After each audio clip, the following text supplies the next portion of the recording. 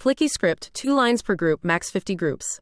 He laughed directly at her, in front of other people, with the confidence of someone who has never been wrong. Cold Reckoning presents. He laughed at her idea. 2 years later, he saw her name everywhere and said nothing.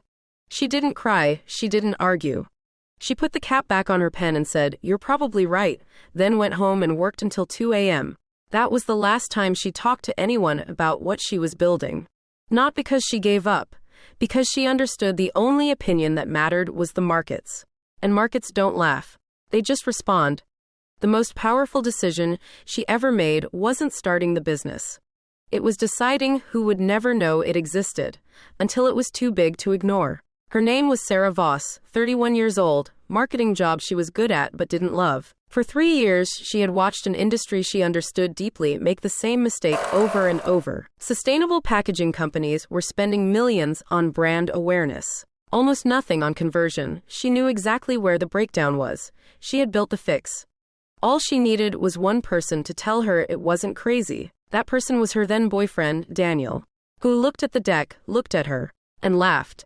Not meanly, which somehow made it worse. "Sarah," he said, "this is a hobby pitch dressed up as a business plan." He said the market was too niche, the methodology too abstract. She didn't have the profile to get in the room with clients who could afford her rates. He said it the way someone says something they believe is kindness. The gentle delivery of a hard truth to someone they think can't handle it. He was wrong about the business. He was also wrong about her. She stopped talking about it that night. To Daniel, to her friends, to her colleagues, to anyone. What she did not stop doing was working on it. Every night, every weekend, with the focus that only comes from having something to prove to yourself. She told Daniel she had let the idea go. He was visibly relieved, said he thought that was the right call. She smiled, agreed. That evening, she opened her laptop and registered the business name she had been sitting on for 4 months. 22 months. That's how long she built before anyone knew what she had built. Month 1 to 3, 90 days stress testing her methodology against real campaign data. Every gap closed. Month 4 to 6, 1 cold email, 1 meeting. 1 3-month pilot contract at a rate that made her hands shake when she typed the number. They signed. Month 7 to 9, her client's conversion rate increased 34% in 90 days. They extended. They referred her to 2 other companies, she told no one. Month 10 to 14, 4 clients, full capacity. She left her job on a Tuesday, told her employer it was for personal reasons. That was technically true. Month 15 to 19, case studies published.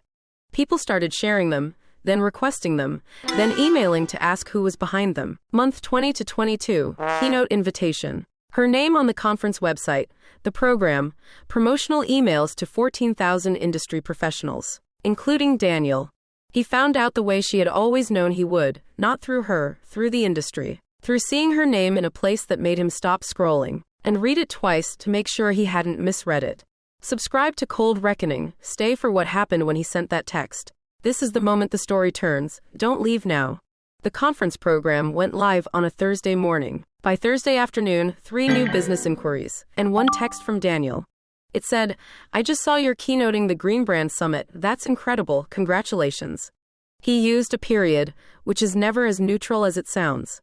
Sarah read it, set her phone face down. She had a client call in 7 minutes. She took the call.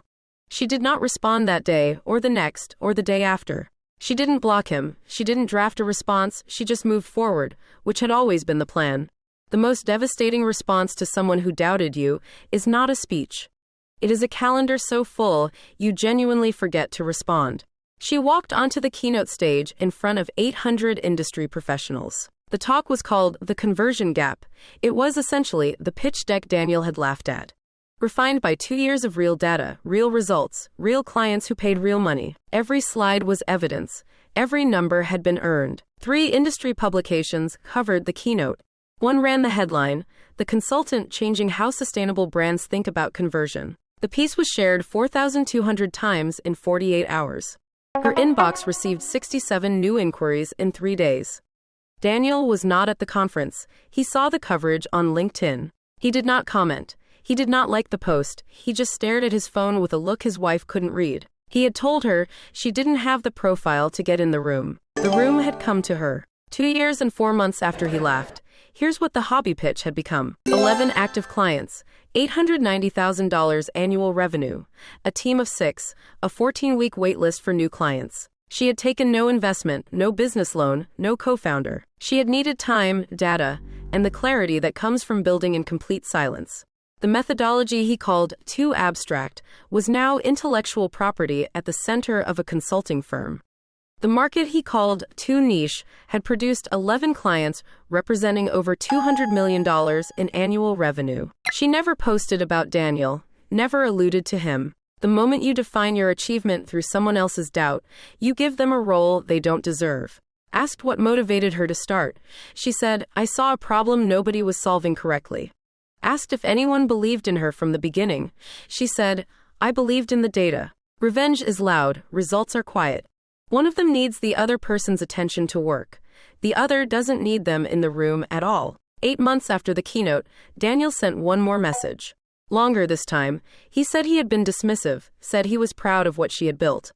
He asked if she'd ever want to grab coffee and catch up. Sarah read it between 2 client calls, thought about it for 4 minutes, put her phone in her bag, took the next call. Not as a power move, not as a statement. She was just busy. She had always been too busy. 3 months later, a mutual friend said Daniel had described it as one of the biggest mistakes I ever made. Sarah thought for a moment and said, "That's generous, it was just a conversation," then changed the subject. She wasn't standing at the finish line looking back. She was already planning the next race. Subscribe to Cold Reckoning and share this with someone building something in silence right now. The silence is the strategy. New story tomorrow.